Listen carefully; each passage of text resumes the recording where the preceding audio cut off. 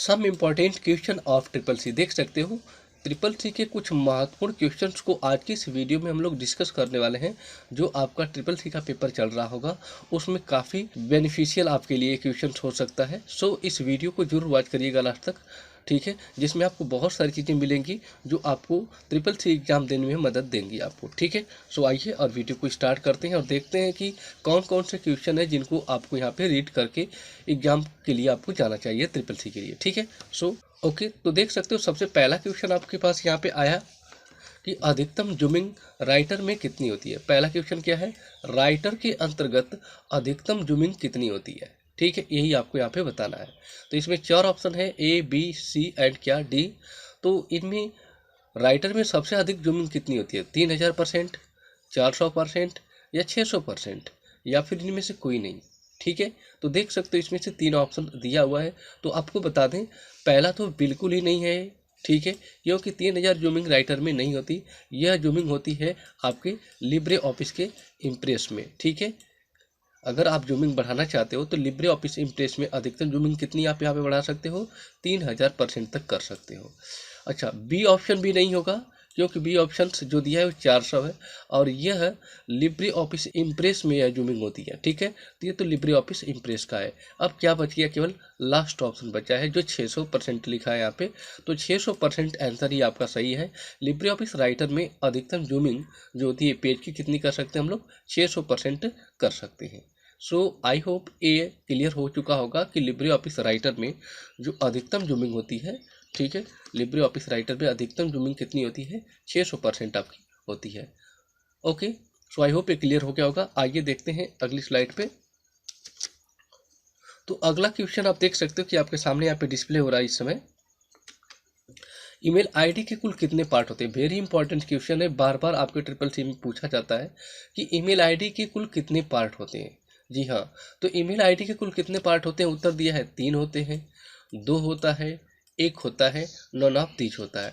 तो आपको बता दूं कि ईमेल आईडी के जो पार्ट होंगे, सबसे पहले आप लोग ईमेल कैसे लिखते हो। ईमेल आईडी में सबसे पहले क्या होता है, यूजर का नाम होता है, ठीक है, यूजर नेम होता है। इसके बाद जो दूसरा होता है उसको कहते हैं डोमेन नेम।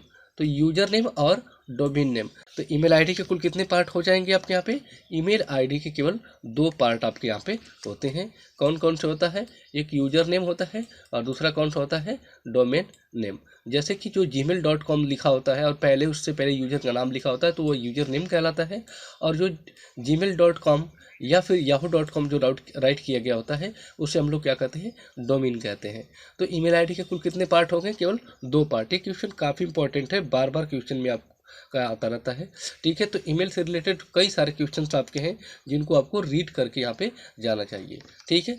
अगली स्लाइड पे आप देख सकते हो कि यह साइड बार की शॉर्टकट पूछ रखा है और ये लिब्रे ऑफिस राइटर से आपका क्वेश्चन है। लिब्रे ऑफिस राइटर में कह रहा है कि साइड बार की शॉर्टकट क्या होती है। तो ऑप्शन दिया है F5, यहाँ पे देख सकते हो कंट्रोल F5, कंट्रोल+1 और कंट्रोल+Alt+C, ठीक है। यहाँ पे भी तो F5 का क्या काम होता है यहाँ पे और कंट्रोल F5 का क्या काम होता है, ये देखिए। F5 का मतलब होता है नेविगेटर बार, ठीक है, ये नेविगेटर है।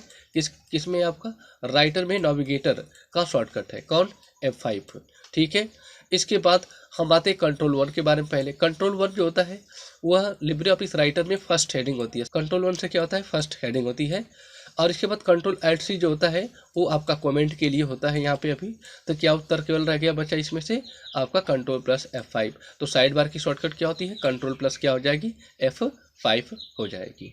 ओके, आगे पूछा है कि कैल्क में कॉलम की कुल कितनी संख्या होती है। जी, कैल्क मतलब क्या, लिब्रे ऑफिस कैल्क में कितने कॉलम की संख्या होती है। यहाँ पे सर 4 ऑप्शन दिया है, देखो 256, 1600, 16384 और 1000 क्या यहाँ पे 24। तो देखो यह जो है यह रो की संख्या है, 10,48,576 क्या होती है, रो होती है।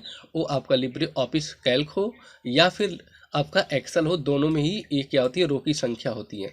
और यहाँ 256 कॉलम है, लेकिन एक्सेल पुराना वाला जो एक्सेल चलता था आपका 2003 का, उसमें आपका 256 कॉलम हुआ करता था।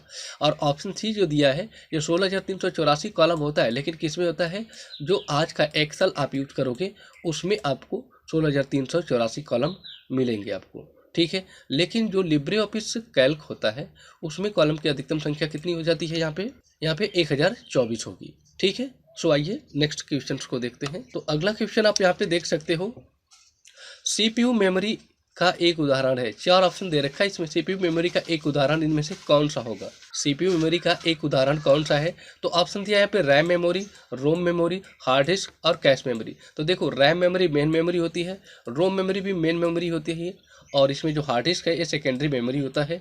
इसका मतलब क्या ऑप्शन केवल बच गया है? ऑप्शन सी यानी कैश मेमोरी। तो कैश मेमोरी का कौन सी मेमोरी हो जाएगी आपके यहाँ पे? CPU मेमोरी का एक एग्जाम्पल हो जाएगा। ओके, अगला क्वेश्चन आपका यहाँ दे रखा है, कौन सा एक फोटो फॉर्मेट नहीं है? ठीक है, फोटो फॉर्मेट नहीं है, कौन सा एक फोटो फॉर्मेट नहीं है? तो ऑप्शन दिया है PNG, JPG और JPEG, WAV एंड GIF। तो इनमें से फोटो फॉर्मेट कौन सा नहीं होगा? PNG फॉर्मेट होता है, JPG भी होता है, PNG का full form portable network graphic होता है, JPG का ज्वाइंट पिक्चर एक्सपर्ट ग्रुप होता है, JPG का होता है ज्वाइंट पिक्चर ग्रुप होता है, और GIF का ग्राफिक इंटरचेंज फॉर्मेट होता है। ये जो तीनों फॉर्मेट देख रहे हैं ये फोटो फॉर्मेट है, लेकिन केवल एक ऐसा यही फॉर्मेट है जो यह एक ऑडियो फॉर्मेट होता है, तो यह एक फोटो का फॉर्मेट नहीं होगा। यही उत्तर इसका क्या हो जाएगा? सही हो जाएगा।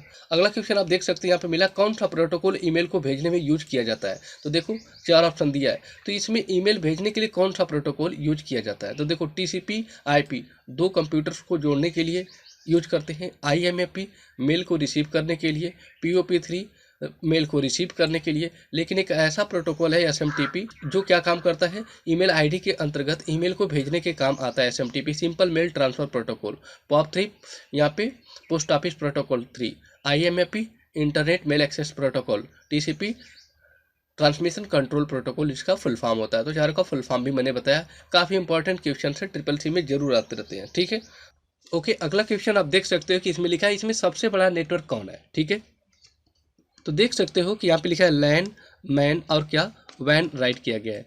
तो लैन जो होता है वो सबसे छोटा नेटवर्क होता है और सबसे बड़ा पूछा है, तो लैन का फुल फॉर्म होता है लोकल एरिया नेटवर्क। मैन उससे बड़ा नेटवर्क होता है मेट्रोपॉलिटन एरिया नेटवर्क, और वैन दुनिया का सबसे बड़ा नेटवर्क कौन सा होता है? वैन होता है, यानी कि वाइड एरिया नेटवर्क। पैन भी क्या होता है? छोटा होता है, इसका मतलब होता है पर्सनल एरिया नेटवर्क। तो सबसे बड़ा नेटवर्क क्या हो जाएगा? वैन हो जाएगा। ठीक है, अगला क्वेश्चन पूछा कि एक ईमेल क्लाइंट सॉफ्टवेयर है, इनमें से एक ईमेल क्लाइंट सॉफ्टवेयर कौन सा है, यही बताना है आपको यहाँ पे अभी। तो देख लीजिए गूगल क्या है? तो गूगल तो कोई ईमेल क्लाइंट सॉफ्टवेयर नहीं है, क्योंकि गूगल क्या होता है? एक सर्च इंजन है। ठीक है, फेसबुक क्या एक सोशल मीडिया वेबसाइट्स है। ठीक है, तो ये भी एक ईमेल क्लाइंट सॉफ्टवेयर नहीं है। ठीक है, लेकिन यहाँ पे गूगल क्रोम पूछा है, तो गूगल क्रोम भी एक प्रकार का एप्लीकेशन होता है जो आप क्या करते हो? इंटरनेट चलाने के लिए यूज करते हो। तो ये भी आपका जो है एक मेल क्लाइंट सॉफ्टवेयर में नहीं आता। तो क्या रह गया? केवल आउटलुक। तो आउटलुक ही एक मेल क्लाइंट सॉफ्टवेयर के नाम से जाना जाता है। ओके, सो आई होप ये भी क्लियर हो गया होगा कि आउटलुक को हम लोग मेल क्लाइंट सॉफ्टवेयर के नाम से क्या करते हैं? जानते हैं। सो वीडियो अच्छी लगी तो प्लीज़ चैनल को सब्सक्राइब कर दीजिए, साथ में बेल आइकन को हिट कर दीजिएगा। Okay, thanks for watching this video, see you next video.